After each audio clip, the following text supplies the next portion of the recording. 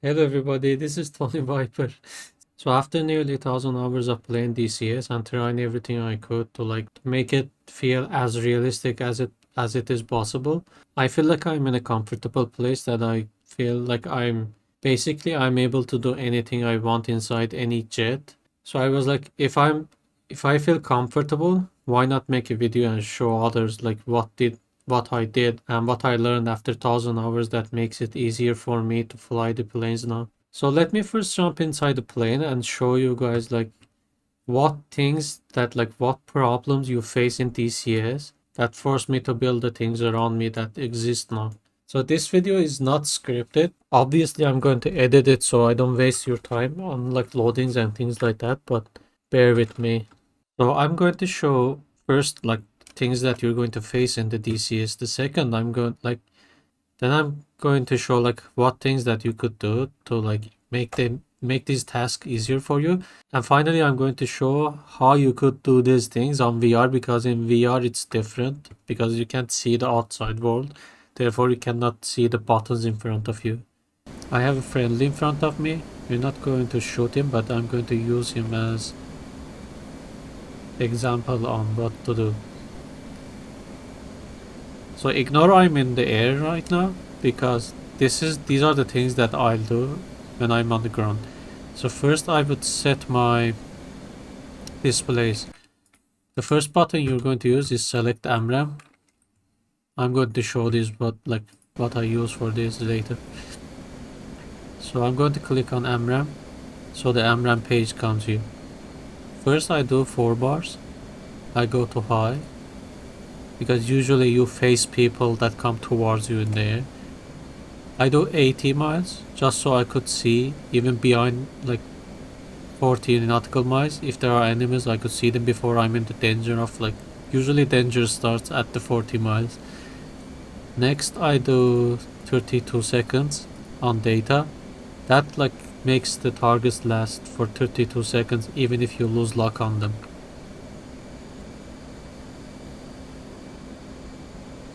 That way, kinda you could predict where they are.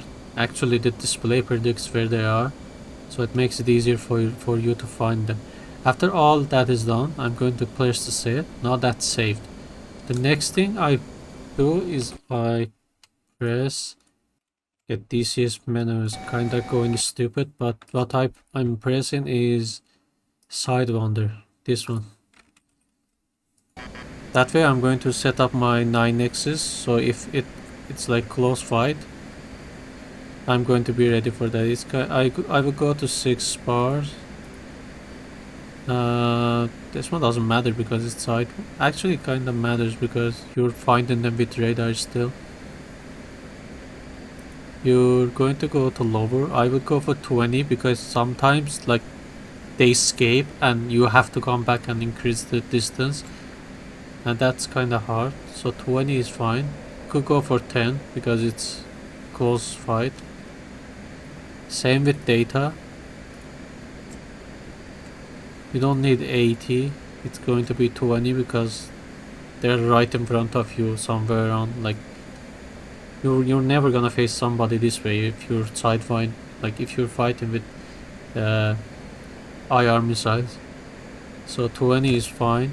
20 miles, 20 degrees, 6 bars, and data is set, and I press set. Now I'm ready to fight. Okay, obviously there's more things that I do, so if you guys wanna know exactly what I do, I will make another video explaining everything, but this is not about how you fight. I'm trying to show you what happens after you're done.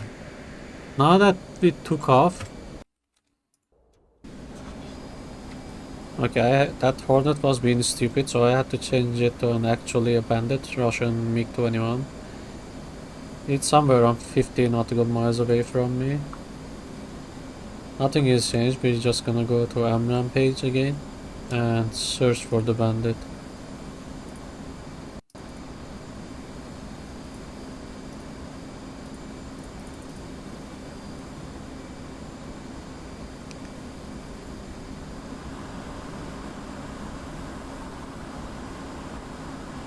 Okay, there we go. Finally we have paint. Now I could press. Actually, let me go to TWS, and still on the high. Oh, unfortunately, Hornet automatically picked him up. But what you do if it doesn't, you press on designate nose wheel steer switch. Let me see. Actually, I could lose, so I could like do it myself. So it's on manual, right? I'm gonna search here. I'm gonna turn away a little bit. Oh, there we go. Now if I press on designate button, I have a lock. Now what you should do here, you should press the auto, otherwise if you turn around you're going to lose luck. Now I'm not going to lose. I could face as much away as I want until the gimbal limit. So let's say I lost the lock, right? What you should do is you have to come back again and press the manual. Otherwise you're not gonna be able to manipulate your like search area with your cursor. I turn back on him again. Oh, I see him now. I have a lock. Again, back to auto. Every time you have to do this. So it might look like easy here, but if it's a real player and you're fighting, let's say against an F-16, every second matters. And when you like take your hand away from your like, you know, your joystick and find your mouse, go and click something, all this takes time, like valuable time that you're going to probably lose a fight because of it. So what are the problems we have here? The first one is the displays. Like almost every jet that you fly in DCS, you have to like press bunch of buttons to do things. That means you're taking your hand away joystick and you're using a mouse to like slide around and find the button and press it. In real life, it's so easy. You just see the button, immediately take your hand off. You could like take it from throttle, which is less important, and like press a button easily, right? It's with mouse, it's harder. You have to like slide the mouse on top of the button. It takes time. And the second problem is it's not really a problem, but it's not as realistic in usually most cases, is the cursor that you like slide your cursor on.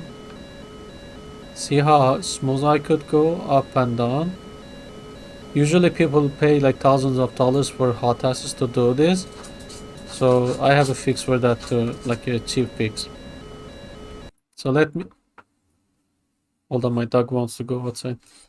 So I live in northern part of the Cyprus, and not only it's very expensive to bring like gadgets here, like I don't know, like expensive hot asses for from like Trustmaster and things like that. It's also very frustrating to like ship things here because like I live in northern Cyprus. I live here. Once I ordered the like simple cable for Oculus Quest 2, and it took literally like 9 months for them to send it here. And it's actually very funny and sad at the same time that after it was done, I realized that it's sent to the southern Cyprus, which is like there's a border in between, and I cannot go and take my cable from them. So it's very frustrating to bring things here. On top of that, it's very expensive, and if you're poor, on top of it, good luck. So you could be anywhere in the world, and you might not have the shipping problems and things like that, but you might have a problem with how expensive the stuff is and how complicated it is to create cockpits, right? So with my solution, it's very easy. You could be in anywhere in the world, almost, I guess, and you could be poor as fuck and still buy the things that I'm going to show you. So the way I fix the problems with the displays is this application. It's called Matric. You need to download the application. So for this application, you need the cheapest tablet that you could buy, like ever. Like you could go to a store and buy almost a dead tablet, and it will perform like perfectly on your tablet. Let me show you the tablet that I'm using. It's actually, this is the tablet that I'm using on. This was my mother's tablet. She bought it like, I don't know, 10 years ago, and this is the dumbest like gadget that I ever interacted with. It literally struggles to open itself, like turn on. Okay, however, like it works perfectly on the application. So you need like cheapest tablet that you could buy that has a decent size that you could press the button on. As you can see on the application on my PC, I built this myself. I'm going to show you how to build this. This is my left DDI, my what's it called? My left MDI, and this is the left MDI, and this is the right MDI. And for AMPCD, I only hold one button, and if I click on the right side, it's going to call it's going to use this page buttons. So you need to do two things for this to be easy. Like first one, you have to like set up the buttons. The application, let me first talk about the application. I think if I didn't, the application is like $5 or $6 per year. I feel like that's fairly cheap enough for everybody to be able to afford it. When you first create the app, it's going to be something like this. Now what you're going to do is you're going to come to pages, click here, and this is the columns that you could increase depending on the jet you have or how many buttons you want. And these are the buttons that you could choose from the left side. For example, on F18, I use these ones. Not sure where I picked them from. Yeah, it's this one. You just click, hold, it comes to your hand, then you drag it and you put it here. Let's say you want more, go 7. Like, see, it increases. So I'm going to click on the, yeah, this is the page to control like what they do. So you're going to click on the button that you want the thing to do. Come here, choose actions, hotkeys, add, click on the hotkey, and here you're going to say, for example, shift 1.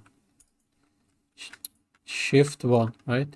If you want to go to the numpad, if you press shift 1 on the numpad, it doesn't read. What you have to do is press numpad 1, then shift. Now it knows what you want to do. Left shift, numpad 1, right?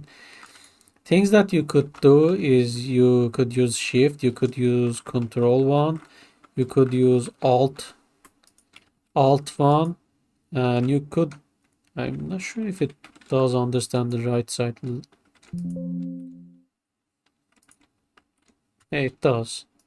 It even understands right control 1 or right alt 1. So you could have millions of combination with these things. What you do next is you're going to go to DCS. After you've set up your buttons how you want. So this is how I built mine. It's very simple, as you can see. This one is, for example, left shift and numpad number 8. Next, what you're going to do is go to DCS and start one by one. You're going to say search left MDI push button, which is like PB, and starts from 1 all the way to 20, right? There's like 20 button around your every display on F18.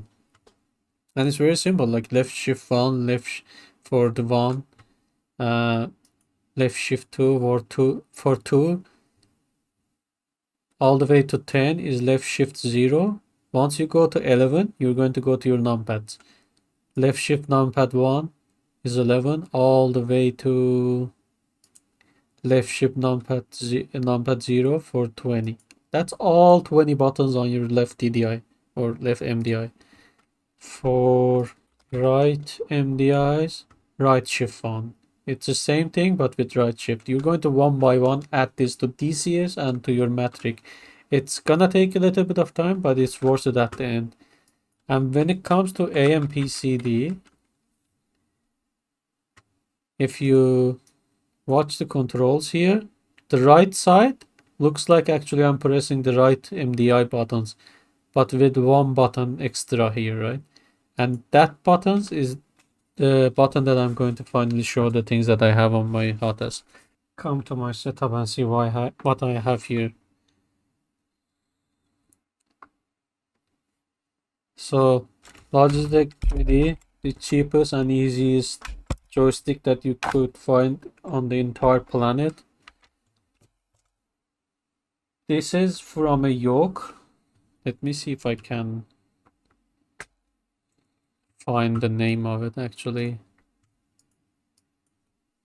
Logitech. It was like something Pro yoke. Yeah, it's this one. G Pro Flight.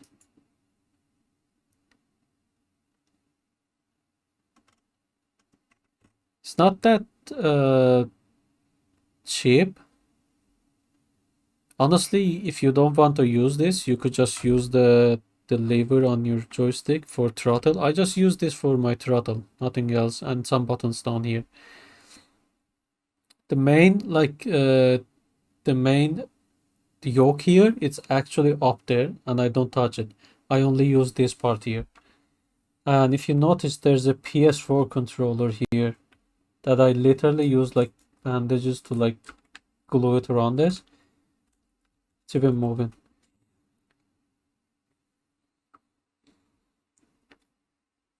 The left shock is my... Let's go back to DC so you see actually what I mean.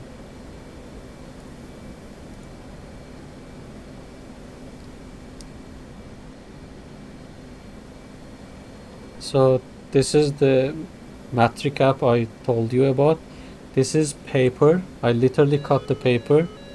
So what I did is just I put the A4 on top of the tablet. I just put one A4 paper on top of the tablet. After you make the application, like you set up your buttons on your PC, the buttons come on your tablet. You probably could see the light coming through the cuts that I have here. What I did is I increased the brightness on my tablet all the way up. I put the single A4 paper on top of it, and I used the pen to just draw around the buttons. After that, I cut these with the cutter. I cut these with this. Sorry for this, I'm allergic. After that, you put so many layers of A4 paper. You put like as much as until you realize that your tablet doesn't realize your touch on anywhere else. So you don't accidentally click the like triangle button here and like get out of the application, right? Once you put like 10-20 A4s on top of each other, or you could even use a cardboard to make it easier, right? And you use the other template that you made with single A4, you put it all on top of each other, you cut it all at once, and once you made these buttons, you just cut the corner of the A4 so it's like the same size of your tablet, right? You put it on, and again I use this. I think it's called bandage in English, right? I use the same thing here for my controller. I use the bandage to just like hold this secure next to my monitor. Oh, that guy's fighting with me. Okay. So now if I press this button, that changes TAC view or support view. Let's say I wanna go to TAC view, EW, now I could have like RW here. Or for the left one, I press TAC and I go for HSI. Let me zoom you so you could see in the game as well. Let's say if I want to see at 80 nautical miles, 20, 10, 5, 80 nautical miles. TACAN on or mode, right? You could press this to go back. SA page. It's very easy. It's like a real life. It makes you, instead of like going like instead of taking your hand off the joystick and going to mouse and like clicking this one by one, it's very easy. You could take your throttle hand off or even like joystick, and it's so easy to like instantly click that and go to SA page again, right? As for like clicking this and doing SH and like letting go your like most important hand, which is your joystick hand, right? So that's how I fixed that. This is a PS4 controller. Literally, like I said, I just glued it to my throttle. You could not even have this. It's very easy to find in almost every store that you go. All the three of these, it's very easy to find. If you want to buy like a, you know, not, you know, like buy something expensive, you have to wait for shipping and things like that. And plus it's very expensive to buy those. But Logitech 3D, very easy to find. Like 10-year-old PS4 controller, very easy to find in almost every house. This is extra if you wanna have. So let's go to my radar page. So what I use, every single button I'm going to show it you. Like after here, if you wanna leave, you could leave, I guess. But I show you, like these are my experience after like thousands of hours, but not thousands of hours, but like near 1,000 hour playing DCS.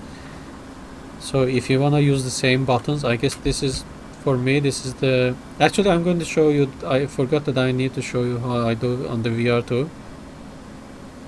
So the video is not really over, but anyway. So what are the important buttons when you're dealing with a BVR fighter jet?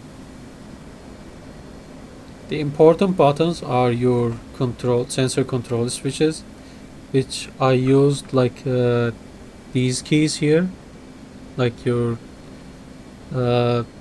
cross, your triangle, and things like that. So if I do like if I do the circle, it's right. If I do the square, it's left control switch, up, down, and this is the depress button. It's very easy. So if I press like right, left, if I press up, it goes to hot, and if I go, actually I need to get out of that first, right?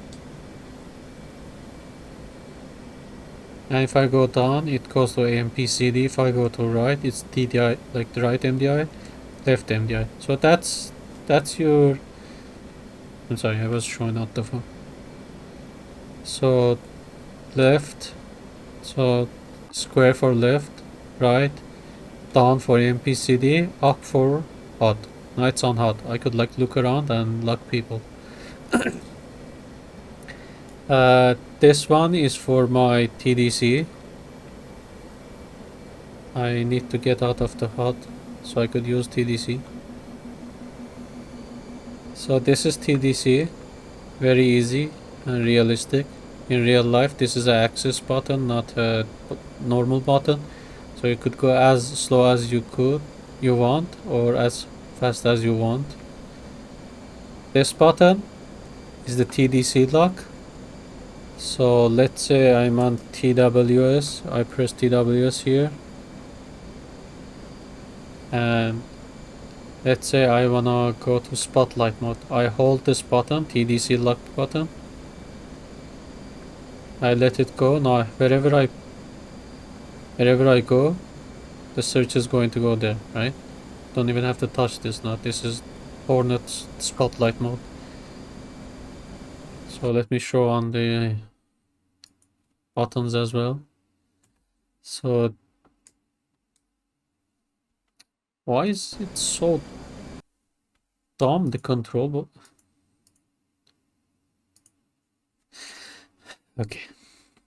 So left, right, forward, aft, and if I press this, it's depressed. Because of VR, I have that on space, but you could have for this. And the reason why I have that here on VR is because in VR you cannot see the buttons here. In VR I have another solution, which is Where's the UI? Oh, it's not that one. UI layer, you come here and as a left mouse button. So in VR, I have this as left mouse button. So instead of like using your mouse or use this, it's very hard to use this. Like I even tried like putting little squares around them and like a paper in the middle, and I had like things, I will show you the picture. I had like things like glued here so I could know which one is left, which one is right. So I had to, like a blind person, like, you know, slide my hand around and find the buttons. After some time I realized it's not worth it. It's actually easier to use your headset. If your headset is capable of like using your hands, actually your hands, you could like point your hand. Mine doesn't. So what you do is come here to this page as left mouse button, and you put this that I showed you as left mouse button. So what if you want to click something? First of all, you have to have your mouse, your cursor in the middle of the screen. Somewhere around here is comfortable for me in the VR. See, when I move, it comes to right. On VR, what you do is you press this button, and when you do that, the square, like that crosshair in the middle of the screen appears. So you press the button, it appears. You come with your head. Let's say I want to go to TAC view. I do that. If I'm gonna go to essay page, I look towards it, I press the button, I go to the essay page. So I use my head as the mouse. It was very hard to use these buttons here, so after a while I was like, fuck it, I'm going to use this. It's the only button that you're going to sacrifice. This one. It's the only button you're going to sacrifice. You could use anything else, but I use this. And sensor control switch depress, I just brought it to space because it's very easy if you don't see it to find your space button. It's not really a useful button on F18. I don't even remember what you use the sensor control switch depress button, but in case I need to use it one day, I have it on the space. This entire this is a button on PS4. This is a very big button on PS4. If I press this, let's not crash. If I press this, it opens my spoilers, and you could see here the spoiler is up.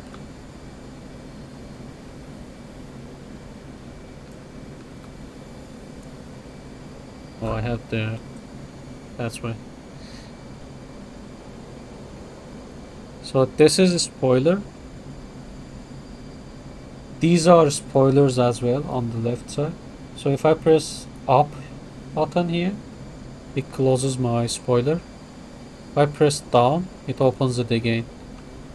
The reason why I have it here for opening the spoiler is because this button, this axis button on the PS4, this one is my brakes, as you can see on the monitor. Those are my brakes. So when I land, I immediately take my hand away from throttles.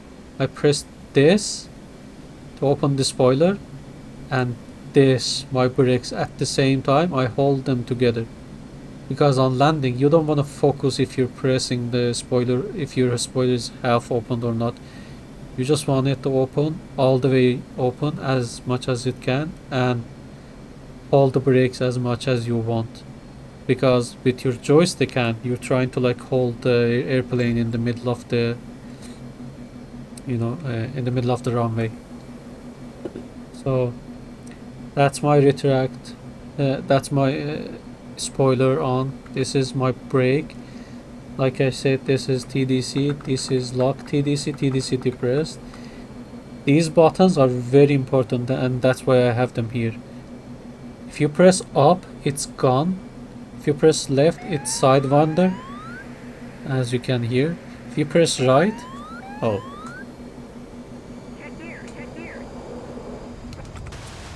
doesn't matter. Okay, I was saying, if you press up, it's gone. I think in real plane, actually aft is gone, but I don't like that, so I have the forward for gone. So if I go forward, it's gone. If I go left, it's the side wonders. If I go right, it's the AMRAMs. And I used to have down for the Sparrow, but let's be honest, who uses that anymore?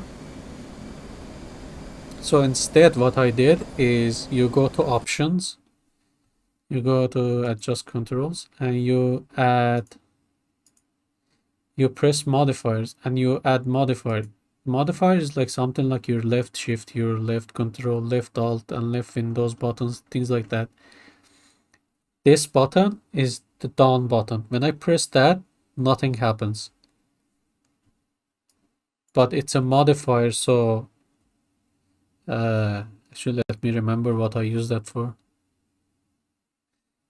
I think if I press this and this button here, let me actually, sorry, I have to like put down the control, put down the camera. Yes, if I press those two together, it's the rate flare FOV button. This button makes it that when you have the lantern pot here, let me actually show you. So let's say we're going to go to flare. If I press the down button, which is the modifier, plus this button, this big right button, that's my rate. I'm sorry, I'm putting the camera down again. That's the, let me face something that so you guys see.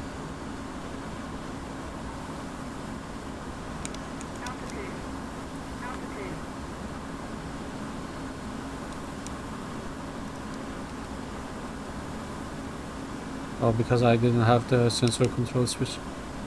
Okay, yeah. So if I press those, that's zoom in and zoom out. Narrow or wide? Narrow, wide. That's very easy to like do narrow and wide. Right? So I use that for that. These two buttons here, up and down. Up is for let me lock the view here. If I press up, the ECM, this one, the electronic countermeasure, goes to the ECM goes to XEmit, which is like it's fighting with the, which is fighting with other people's lock on you. If I press down, it goes back to record. It has to be on normal on record. If somebody's locking you or if you're pushing somebody, immediately you could go to this. These buttons are my chaff and flare.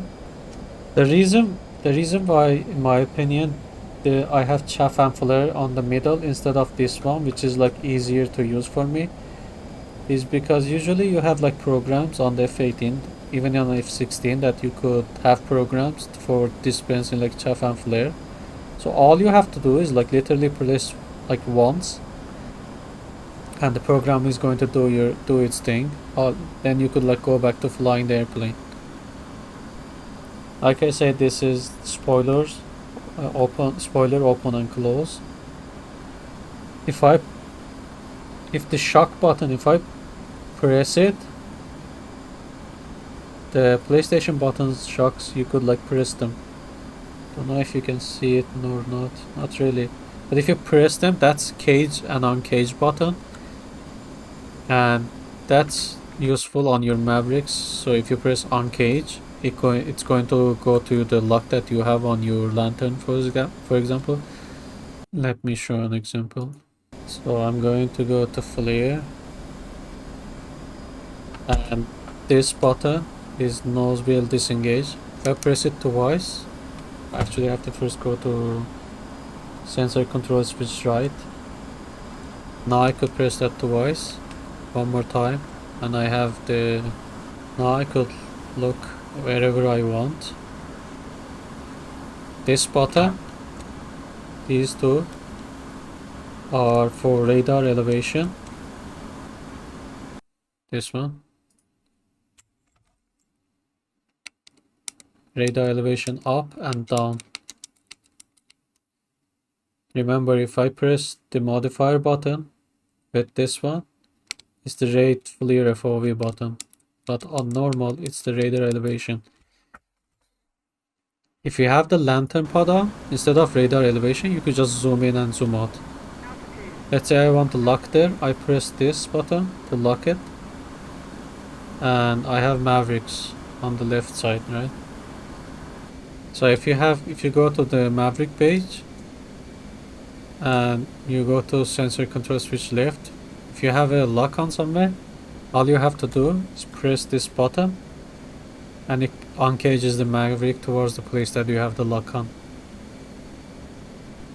Now I used to have like my landing gear here on this button, but again, as the time goes on, you realize like things that are easier for you.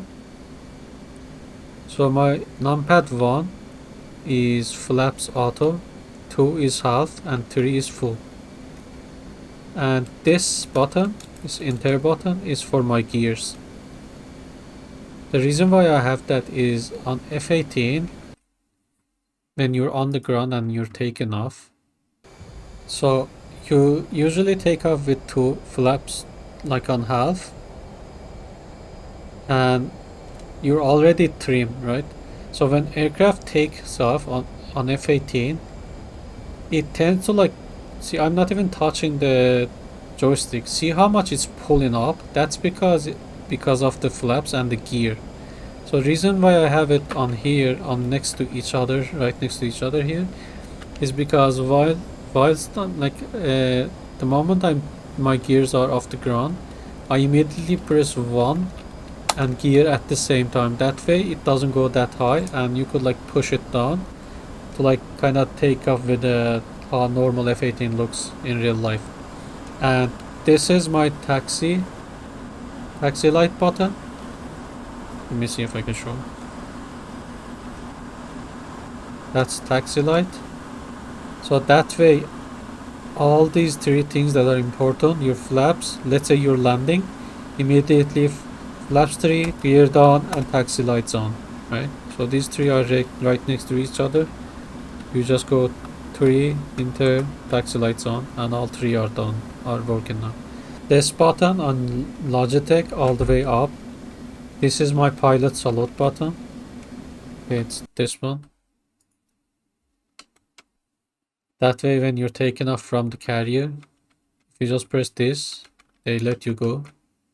I put this yesterday for AA refueling to ready for pre-contact, because what happens on DCS is if you go a little bit like further back or up, you lose the communication with the tanker, and you have to like press this and like F1 again.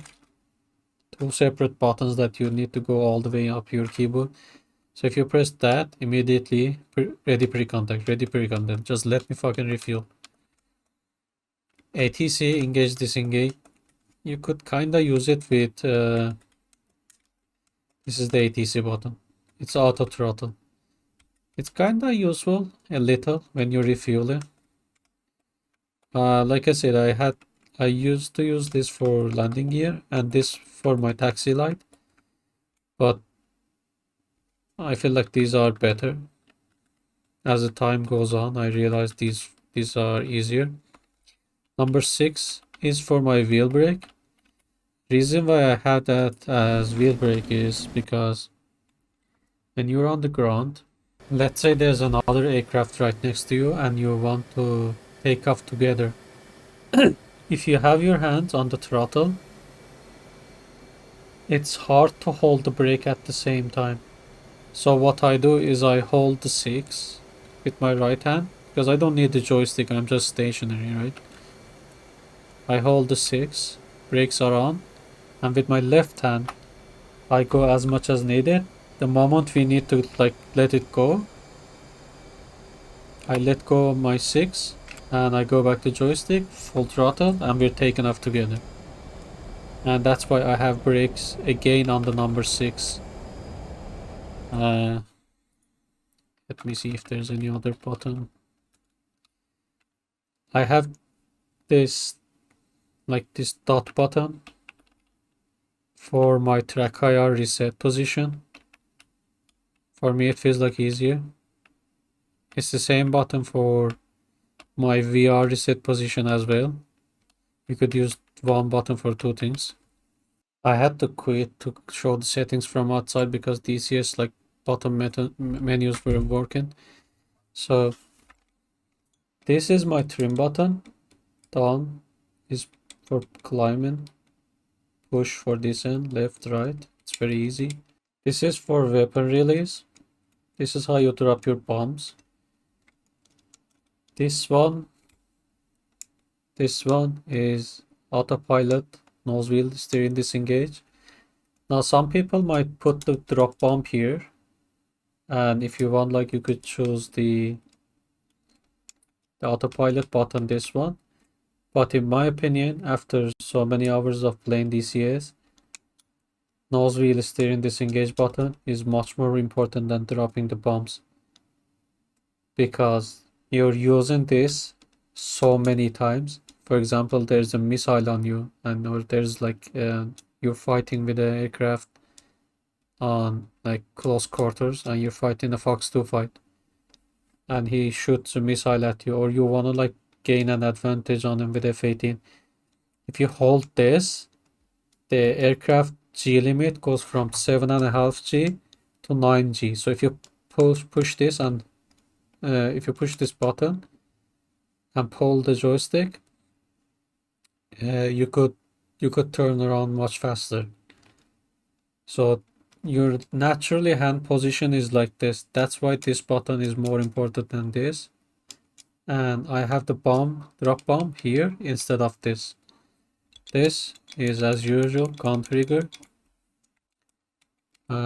This is this smaller button in front is the undesignate nose steer. Could get a lock with this on TWS. Another thing you could do is, oh yeah, if you press this twice, you go on the different like snowplow mode, or like you could get out of those modes for your lantern, or how you activate your lantern pod. Actually, like your lantern camera is hidden, like normally it's hidden so it doesn't get damaged or anything. So if you open your FLIR page on your on your on your displays, if you press this twice, it's going to like unstore, and finally you could use your camera. I don't use this for anything. Like I said, if you don't have this, you could use this for your throttle. Showed all the buttons here. I showed all the buttons here. Should be one more. But oh yeah, by the way, on the ground, if you press and hold this button is very important. It's not like important, but it does a lot of things. So if you press here, this down designate nose wheels, it goes to high. So your wheels turn more than usual. For example, on the carrier, you hold this and easily turn left and right. I don't have anything important really on my keyboard. These are just for fun, I guess. Like this one is sit height. Don't really use it. Up and down. Smoke device. Again, nothing that you really use. This one is depress, control depress. Like I said, if you're not using VR, just put it for R1, this button, so it's right next to your control switches. Right, left, aft, forward, and depress. Again, cage on cage. If you press it, if you just hold it around. And for axes, usually somewhere around, for Logitech, somewhere around 6 dead zone, and 16 to 20 curvature is awesome. Like, look at this. See? So if you have even better, better joystick. You could even have more fine tune with this. So with DCS somewhere on few dead zone is okay, except the rudder for this joystick. The rudder sucks on this joystick. So I have, oh, actually I have not much dead zone for F18. But see how much it's, I'm not even like, I'm wiggling it a little bit. Look how much it's moving there. So rudder sucks in Logitech. This one, Extreme 3D Pro. So you could even go all the way up to 16 if your joystick is older. Curvature again somewhere around 16 to 20 is okay.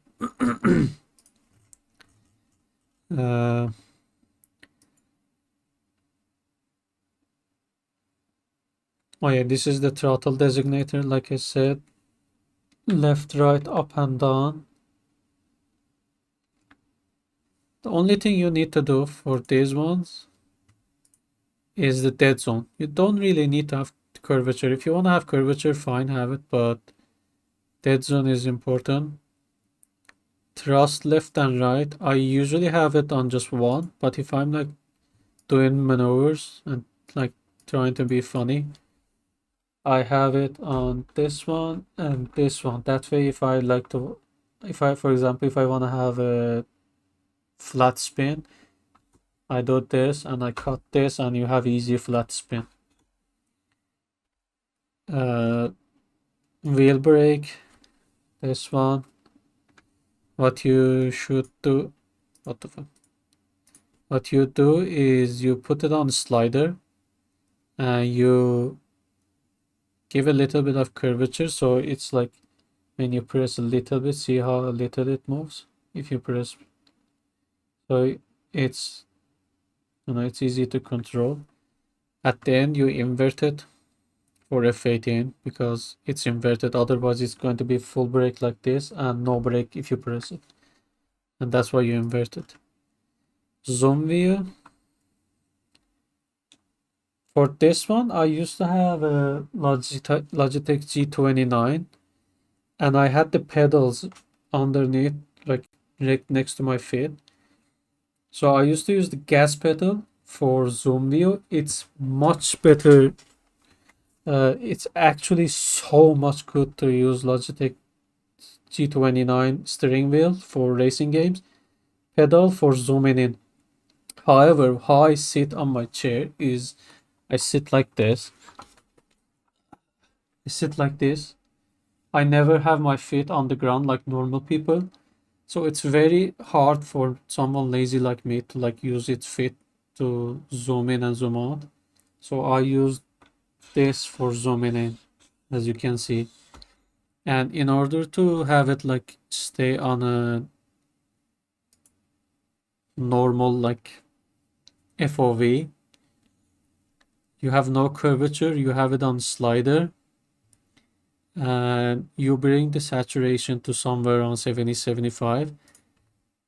That way, if you oh, I'm not in the plane. That way, if you zoom out all the way back to 0, it doesn't go crazy and goes all the way back to the back of the plane. So it kind of stays on the normal FOV, and it's the zoom with that. If you want more FOV, if you want your 0, to be even further back, you just increase this. If you want more zoom on the 0, you decrease this. For me, somewhere around 70 feels like natural. That's why I have it on 70. Is there anything else that I wanted to? So, like I said, like final conclusion is this is the left MDI, this is the right. I remember this, the down button here was our modifier. If I hold that with my left hand, all I have to do is with my right hand click on, let me see if I can, I can't, I need a third hand to hold the camera. But if I hold that and press this instead of the right DDI, the right MDI, the AMPCD is going to change. Let me put the camera down and show. So this is right MDI, as you can see. If I hold that button, pressing the same button, I'm changing the AMPCD now. That's the only difference. And like I said, this is the right MDI. Hold the modifier, AMPCD, pressing the same buttons. And like I said, that's why this is here, modifiers. Press add and you press any button you want, and that's the modifier now. One last thing that I do is for my mouse button, the one that you press forward or back with your thumb button, forward and back button, I have the track IR disabled to forward button, and that's actually what you do on the track IR itself. You go to pause and you click on this and you press forward, and that way you could just lock the track IR on the same spot that you're looking. And the way that is useful is, let's say, I don't know, for example, I want to stay here and type a code. If I have a paper on my hand, every time I look this, I have to like wait for the picture to come back to my face, right? I press forward button where I'm looking. Now it's locked. I could just easily do this and type the buttons that I want here easily. So that's the last thing that I do with the DCS. And like I said, the dot on the numpad is for centering the track IR. Now it's centered. And if I look back to my monitor, I press that, it's centered now. That lock button is very useful on the small buttons here too, because the more you zoom in, the more you see the jitter of the track IR. So you could just zoom here, press forward, now it's locked here and you could do anything you want. Easily press that and go back. That's about it, guys. I hope at least some of the things that I learned after hundreds of hours could be useful for you. If there's anything else that you would like me to do, for example, show you how I use the radar, or things like that. If you have any suggestions, you could tell me on the comments and I will do the next video on that. Until then, peace.